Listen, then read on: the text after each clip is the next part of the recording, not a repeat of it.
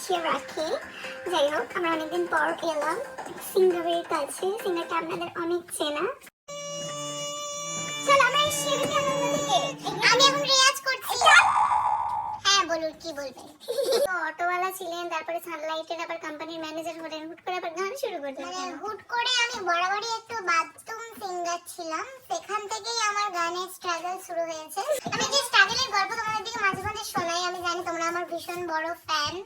মুখে ঢুকিয়ে দেবেন, একটু দূরে সরান, সেই মতো আমি আপনাদের বলতে পারবো। একটা তো নির্দিষ্ট দিক থাকা উচিত, তাই না?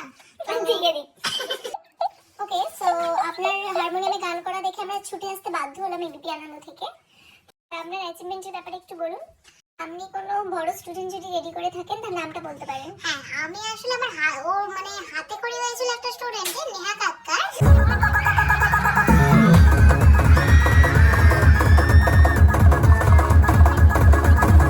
আরে ওই যে সেই কোকা-কোলা গানটা আছে না, ওই গানটাই হচ্ছে আমি কোরিওগ্রাফার ছিলাম ওর। কোরিওগ্রাফার ছিলেন না কোরিওগ্রাফার? হ্যাঁ, ওই কোরিওগ্রাফার।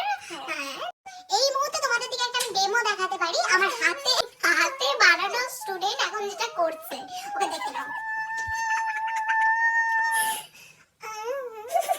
যদি গান শিখতে চান তারা ছায়ের দোকানে, গানের দোকানে করো, মানে কন্ট্যাক্ট করো। ঠিক আছে, আমি ভালো গান শেখাই এবং কম খরচে করে দেবো তোমাদের। সিঙ্গার বানিয়ে দেবো, নেহা কাক্কারের মতো সিঙ্গার। এবার কিন্তু ভেবে দেখো।